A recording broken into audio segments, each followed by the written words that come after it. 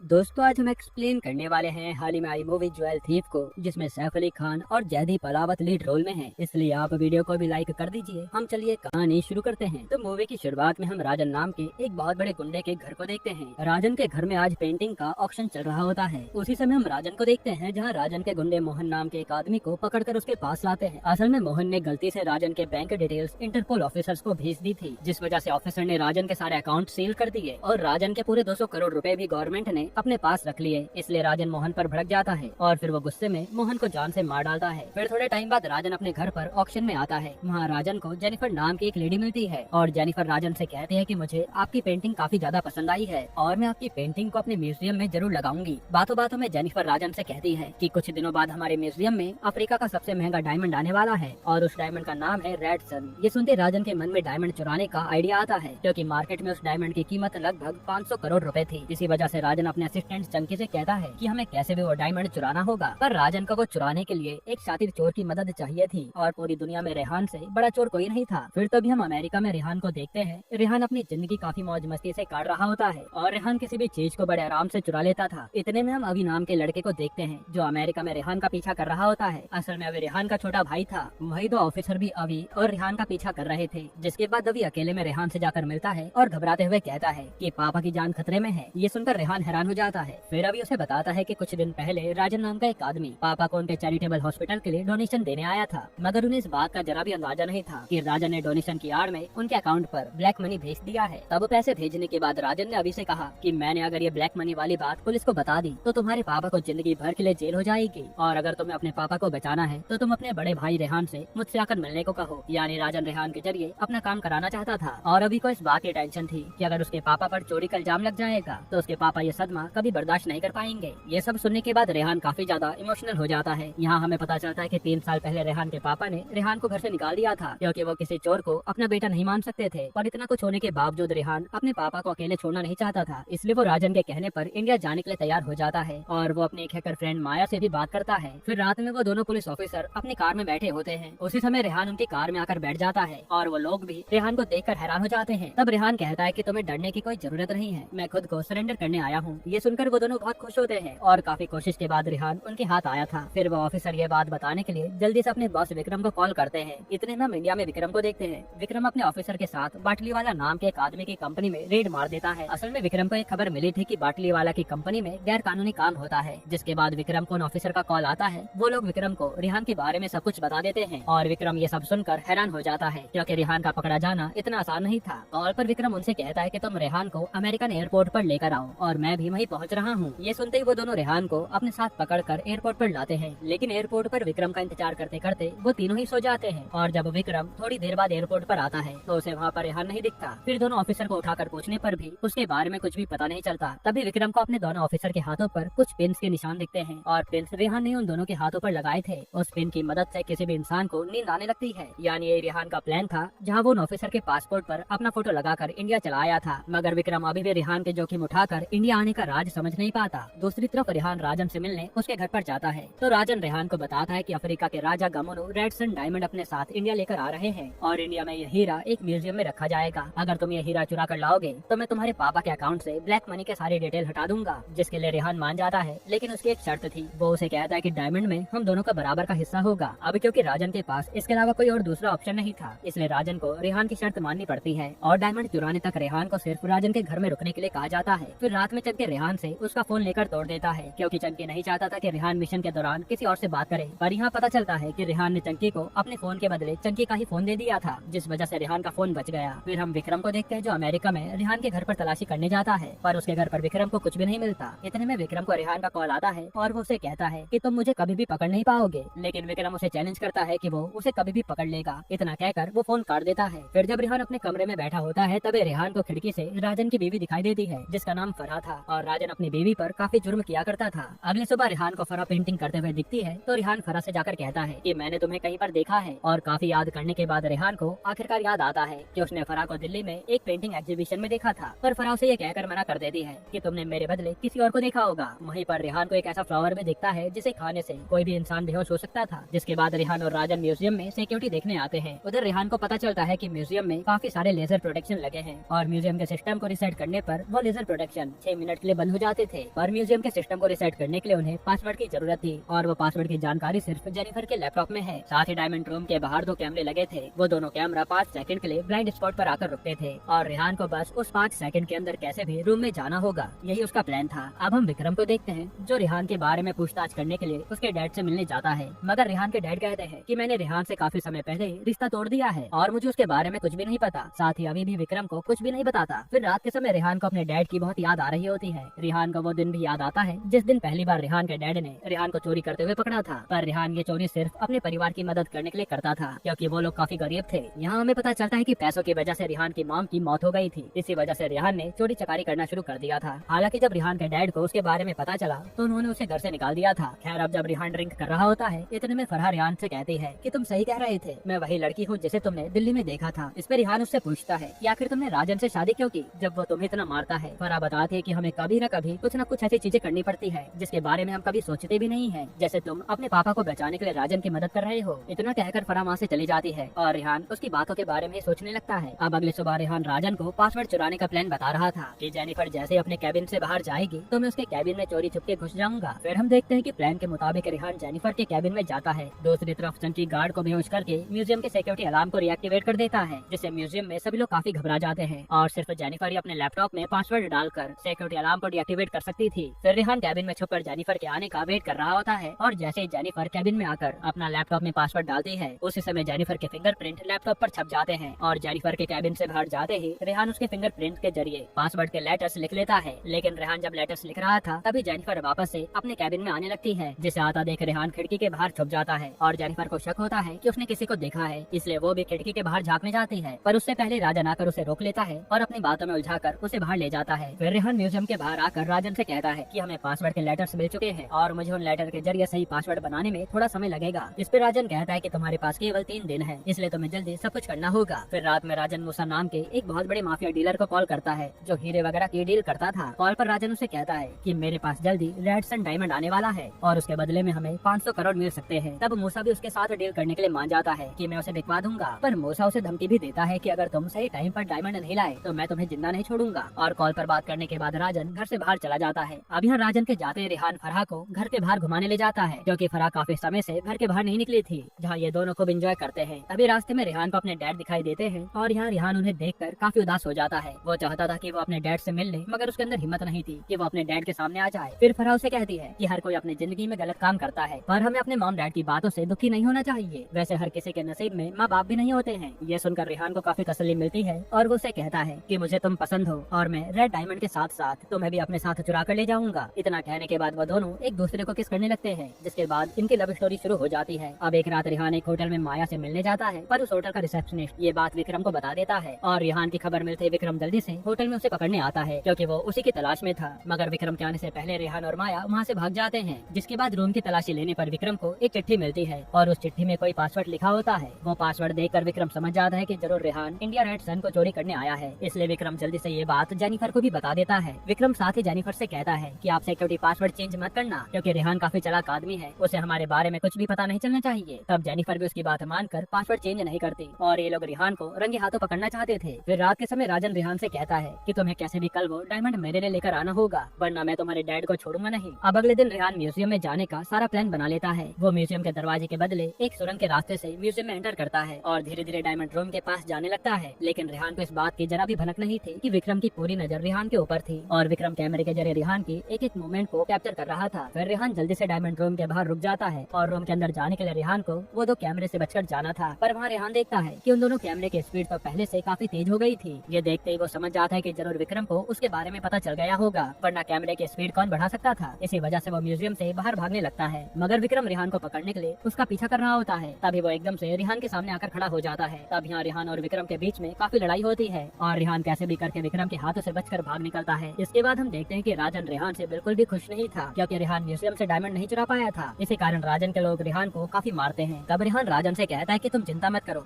मैं तुम्हें किसी भी हाल में डायमंड ला कर दूंगा। और यहाँ राजन के पास भी रेहान के ऊपर भरोसा करने के अलावा कोई और ऑप्शन नहीं था। जिसके बाद रेहान राजन से कहता है कि मेरे पास एक अच्छा प्लान है और आज के हादसे के बाद वो गमोनू जरूर डायमंड को लेकर अफ्रीका जाएगा पर हम लोग गमोनू के प्राइवेट प्लेन को खराब कर देंगे जिससे गमोनू को कमर्शियल प्लेन के जरिए डायमंड ले जाना होगा और कमर्शियल प्लेन में गमोनू के अलावा बाकी लोग भी ट्रैवल कर सकते थे, इसलिए उसका उसका प्लान था कि वहीं से डायमंड चुराए जाए, लेकिन इस काम में रेहान को फराह की मदद की भी जरूरत थी। अब सबसे पहले रेहान राजन से कहता है कि हमें उस एयरप्लेन ड्राइवर के परिवार को किडनैप करना होगा ताकि उसे ब्लैकमेल कर सके। साथ ही Rehan UK high commission director के घर पर एक स्पेशल बैग चोरी करने जाता है और उस बैग की एक खूबी थी कि उस बैग में रखा हुआ कोई भी सामान चेकिंग के समय डिटेक्ट नहीं होता था। इसका मतलब वो लोग आराम से डायमंड को रखकर सिक्योरिटी से बच सकते थे। दूसरी तरफ राजन मूसा से मिलने जाता है और मूसा से कहता है कि आप मुझे सिर्फ एक मौका दे दीजिए, मैं आपको वो डायमंड लाकर जरूर दूंगा। इस पे मूसा कहता है कि आखिर तुम डायमंड मिलने के बाद रेहान का क्या करोगे? तो राजन कहता है कि डायमंड मिलते ही मैं रेहान को जान से मार दूंगा, उसके बाद हम दोनों बराबर का हिस्सा बांट लेंगे। ये सुनकर मूसा खुश हो जाता है। अब डायमंड चुराने से पहले रेहान अपने डैड से मिलने जाता है और उनसे जाकर अपनी सारी गलतियों के लिए माफी मांगता है। पर रेहान के डैड तो अभी भी रेहान से काफी ज्यादा गुस्सा थे और वो उसका चेहरा भी देखना नहीं चाहते थे। हालांकि उन्हें ये बात पता नहीं थी कि रेहान उनके लिए इतना बड़ा जोखिम ले रहा है। फिर विक्रम पुलिस स्टेशन में बैठा होता है। इतने में एक ऑफिसर विक्रम से कहता है कि आज गामोनो डायमंड को अपने साथ अफ्रीका लेकर जाने वाला है। ये सुनते विक्रम समझ आता है कि जरूर रास्ते में रेहान वो डायमंड चुराने की कोशिश करेगा, इसलिए वो लोग जल्दी से एयरपोर्ट जाते हैं। और इसी दौरान विक्रम को सब कुछ पता चल जाता है कि अभी तक जो कुछ भी हुआ था वो सब रेहान का प्लान था। असलियत में रेहान डायमंड को कैसे भी म्यूजियम से बाहर लाना चाहता था, इसी वजह से वो जानबूझकर म्यूजियम में चोरी करने आया था। लेकिन यहाँ विक्रम के एयरपोर्ट पर आने से पहले रेहान, राजन, फराह अपने आदमी और गमोनो के साथ प्लेन में बैठ जाते हैं। पर उसी समय विक्रम एयर होस्टेस को रेहान का फोटो फोन पर भेजकर कहता है कि ये इंसान प्लेन में डायमंड चोरी करने आया है। ये सुनते एयर होस्टेस प्लेन में सभी लोगों का चेहरा देखने लगती है और ये देखते रेहान कहीं जाकर छुप जाता है, जिस वजह से ये लोग रेहान को पकड़ नहीं पाते। अब थोड़े टाइम बाद रेहान वापस से अपनी जगह पर आता है। दूसरी तरफ फराह चुपके से एयर होस्टेस का ड्रेस पहनकर गमोनो के पास जाती है और वहाँ फराह गमोनो को एक टॉवल देती है और उस टॉवल को सूंघते गमोनो बेहोश हो जाता है। ऐसे माया गमोनो के बॉडीगार्ड और उसकी बीवी को भी बेहोश कर देती है। फिर कुछ देर में गमोनो एकदम से होश में आता है और गमोनो के पेट में काफी दर्द होने लगता है। तभी एक एयर होस्टेस भागते हुए गमोनो के पास आती है और वो गमोनो की हालत देखकर सभी पैसेंजर से पूछती है कि आप लोगों में से कोई डॉक्टर है क्या? इस पर रेहान झूठ कहता है कि हम एक डॉक्टर हूँ। और रेहान गमोनो की हालत देखकर पायलट से जाकर कहता है कि हमें जल्दी गमोनो को हॉस्पिटल लेकर जाना होगा वरना वो मर जाएगा। जिस पर पायलट उसे कहता है कि 20 मिनट बाद इस्तानबुल आने वाला है और मैं वहीं पर फ्लाइट लैंड करूंगा। वहीं विक्रम भी एक प्राइवेट प्लेन से उनका पीछा कर रहा होता है। अब जैसे ही विक्रम को उनके इस्तानबुल जाने के बारे में पता चलता है तो वो पहले ही इस्तानबुल की तरफ चला जाता है। फिर धीरे धीरे गमोनो की हालत और खराब हो रही थी। उसी समय रेहान पायलट के पास आता है और कहता है कि हम लोगों ने तुम्हारे परिवार को किडनैप कर रखा है। ये कहकर रेहान पायलट को उसके परिवार का वीडियो दिखाता है, जो देखकर पायलट काफी ज्यादा डर जाता है। तब रेहान उससे कहता है कि तुम्हें प्लेन एयरपोर्ट के बदले इस्तानबुल के बीचों बीच वाले जंगल में उतारना है वरना हम लोग तुम्हारे परिवार को मार देंगे। तब पायलट के पास भी कोई और चारा नहीं था, इसलिए वो वैसा ही करता है। वहीं एयरपोर्ट पर विक्रम प्लेन के आने का इंतजार कर रहा होता है, पर प्लेन इस्तानबुल के जंगल में जाता हुआ देखकर विक्रम उस प्लेन का पीछा करने लगता है। यहाँ हमें पता चलता है कि मूसा पहले से उसी जंगल में उनका इंतजार कर रहा था। फिर प्लेन में से एक आदमी ये बात पुलिस को कॉल करके बताने जा रहा होता है, मगर उसके बताने से पहले राजन उसे जान से मार डालता है। तभी रेहान उस डायमंड लॉकर के लॉक को खोलने की कोशिश कर रहा होता है। तभी गमोनो के बॉडीगार्ड उस पर हमला कर देते हैं और वो बॉडीगार्ड उन दोनों को बहुत मारता है। पर रेहान और राजन एक साथ मिलकर उस बॉडीगार्ड को ही जान से मार डालते हैं। फिर उसको मारने के बाद रेहान कैसे भी करके लॉकर को खोल लेता है और अब हीरा उसके पास था। साथ ही पायलट भी अपनी पूरी जान लगाकर प्लेन को सेफली लैंडिंग करा देता है, जिसके बाद वो लोग डायमंड को लेकर सुरंग के रास्ते से वहाँ से भाग जाते हैं और पुलिस जाकर भी उन्हें पकड़ नहीं पाती। अब राजन वो डायमंड मूसा को बेचने के लिए दे देता है और फराह भी रेहान से आखिरी बार मिलने जाती है। वहाँ रेहान फराह से कहता है कि मैंने तुमसे वादा किया था ना कि मैं तुम्हें अपने साथ लेकर जाऊंगा, तो तुम मेरे साथ चलोगी। इस पे फराह उसके साथ चलने को मान जाती है क्योंकि वो भी उससे प्यार करने लगी थी। इतना कहते रेहान राजन के पास आता है और उसे सबसे पहले अपने पापा के अकाउंट डिटेल से सारे ब्लैक मनी हटवा देता है। फिर जब रेहान राजन से अपना हिस्सा मांगता है तो राजन उसे कहता है तुम्हारा कोई भी हिस्सा नहीं है